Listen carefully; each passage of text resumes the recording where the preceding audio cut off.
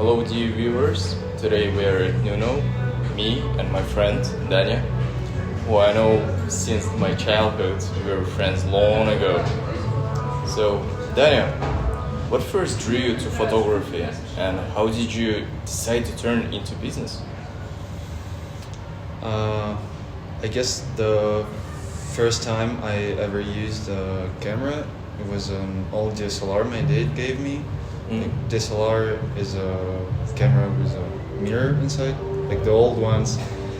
I just went straight to a place somewhere in Turgen, if you know.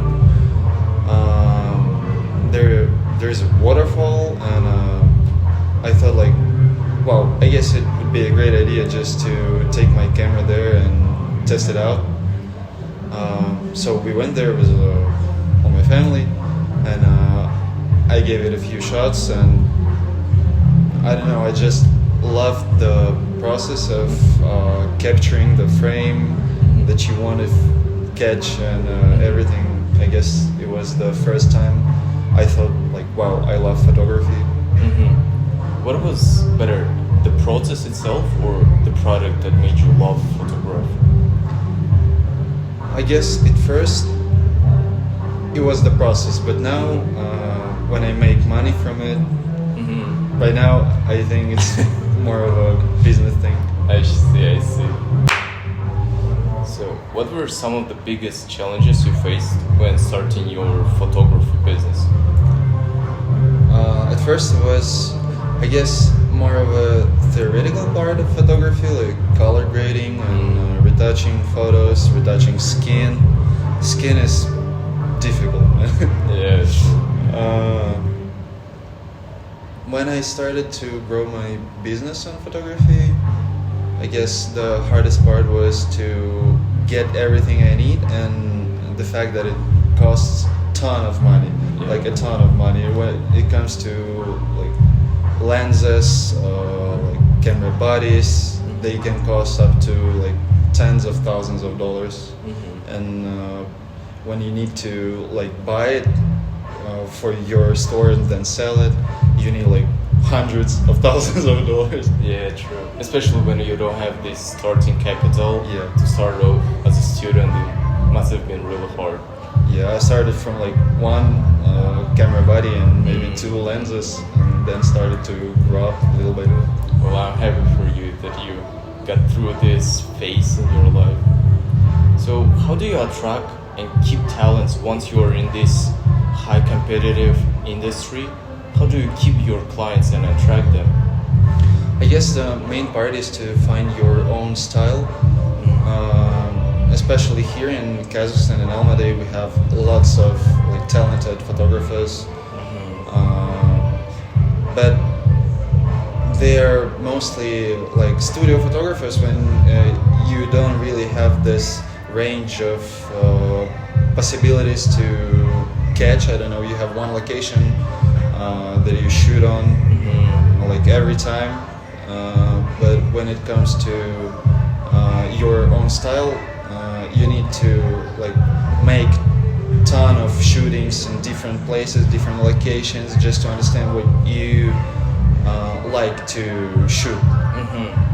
And then like hundreds of shootings, like when you do it year by year, you start to understand what you like at first, and then like develop your own style.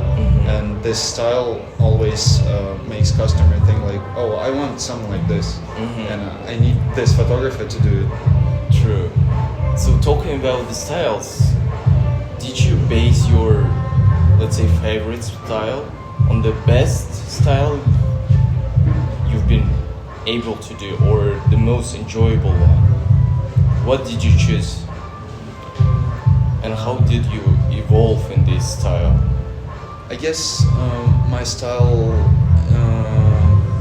is not for everybody at first, and this style makes some people like maybe uncomfortable sometimes. So it was more of an enjoyable thing for me, not for everyone. But then I started to understand that if I want to grow business. Like I need to communicate with people. I need people to buy my shootings, and I started to think like I need something more people related. So I started thinking about it more and developed the style that I like and that customer may like. So right now I'm like here in the I'm balancing between it. Yeah. I'd say. That's actually a good approach. I'm happy that you get to this point. I don't want to really get into my sphere, but just one reason that I learned that the truth is always in the middle and you gotta keep the balance. So could you give the advice for beginners? What tools really help you in your journey to starting your photography business, or maybe even platforms? Right now, when we live in like a world of Instagram, TikTok, and all the social medias, you want it or you don't want it, no one cares. Like you need to have your social medias like the best as you want it to be, because all the customers come from social medias, or like someone tells someone that, yo, I have this cool photographer that may shoot you and you will like it, like this.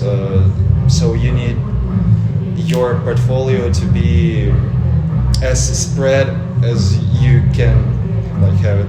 Yeah, true. So, what about the tools? Maybe some platforms for editing videos, your shootings.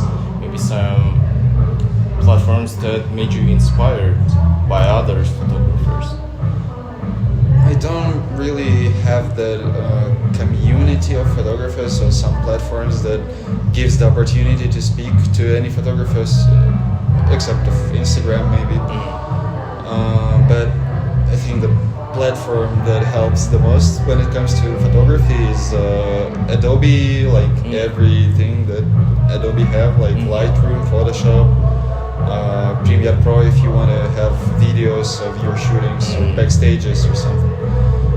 Or maybe you want to shoot some videos for your business, like for your store or something. So the like platform that you need the most is, I guess, Adobe Photoshop. Okay. Mostly. Yeah, it makes sense. So to just wrap it up for our viewers, could you give one advice for a new photographer in this industry? Maybe something that made them floating in this deep ocean. Don't be afraid to steal.